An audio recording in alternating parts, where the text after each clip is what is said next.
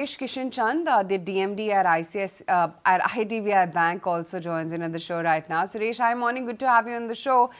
With the 15% growth in advances, do you see further scope of a pickup in your loan growth in both the third and the fourth quarters?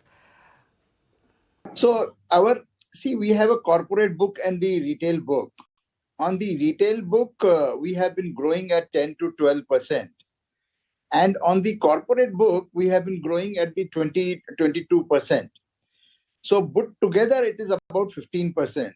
I think as we have adopted a more risk management practices and risk appetite measures, so this growth, we are growing in a calibrated manner. Sure. So is there a change in guidance in your loan growth from the earlier target of 15% that you had set out for FY24? Yeah, we have given a guidance of about 15%. We stick to that.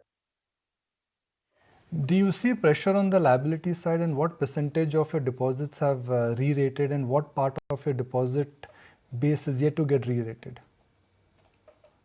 So coming to the liability front, the overall in the economy itself, there's a liquidity squeeze.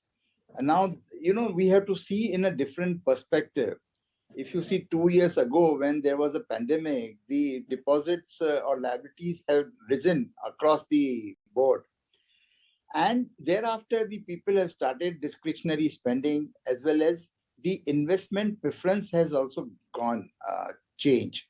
For example, FD rates have increased because of, again, liquidity pressure. So people have a preference for FDs. So CASAs have depleted.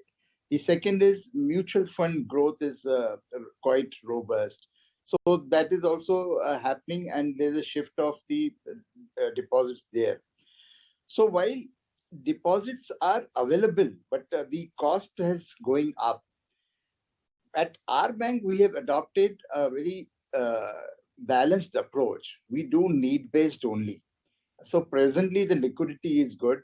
Our CD ratio is about 65%. So we are able to meet the liabilities and the credit growth in an equated manner. Morning. So can you tell us a little bit more about your net interest margins? Because there has been a drop year on year plus QOQ. Where do you think your core net interest margins will settle? Are you going to change your guidance?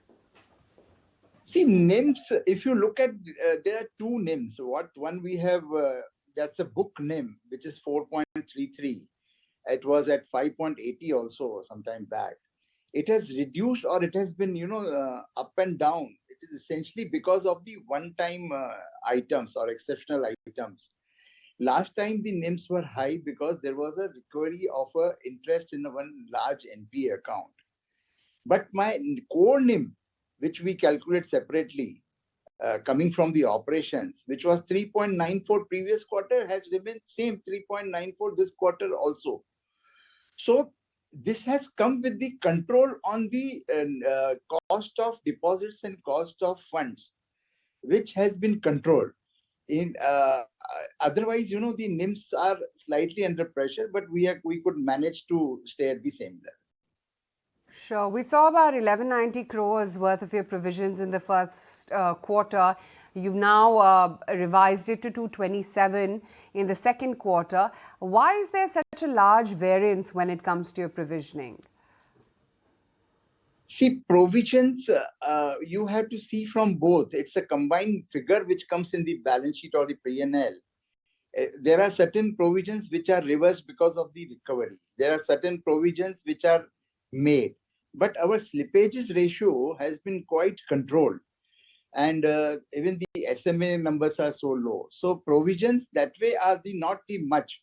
So the sum total of that comes into the P&L. So there's a quite a big grouping of. All right. And what is the outlook when it comes to your asset quality? What kind of guidance do you have? I think recovery across the board in other banks also we see are quite robust, and the collections have been strong. Our collection is also in the range of 96.5% or so. So as we had mentioned in the past also, we have a separate dedicated collection and recovery vertical who monitors this quite effectively. And then we have a various means of reaching the customers. Follow-ups are good. That is why the SMAs are quarter on quarter also coming down. And these slippages are coming under absolute control. So I see this full year we will be able to maintain the trend. Right, you've guided for about 5,000 crore rupees of recoveries in for the full year. Are you confident about this number? We had actually given a guidance of 4,000 crore, but then we had some good recoveries coming. So we revised our guidance to 5,000 crore and we will be able to achieve that kind of number. So where should one expect your ROAs to be at? See, our ROA has been improving. That is, there are 2-3 reasons. One is operations are becoming healthy. And second, there has been also a recovery from the written off accounts, provisions account. So this is improved to 1.6. So we should settle in between 1.6 to 1.75. All right, and any update with regard to the extension from the Reserve Bank on the housing finance business? So the original deadline was November 23. So we have got 1 year extension from Reserve Bank of India. And finally, where do we stand on IDBI, in terms of, are you comfortably provided for in case of a divestment? See, that way the bank has been managed irrespective of divestment or no divestment. We have been improving all our financial parameters and efficiency parameters quite effectively. And there is the absolute controllable attrition in the bank, and the policies, products are fine-tuned. We are a customer-friendly bank. So all those remain unchanged. So divestment or no divestment, we continue to improve our efficiency and financial parameters.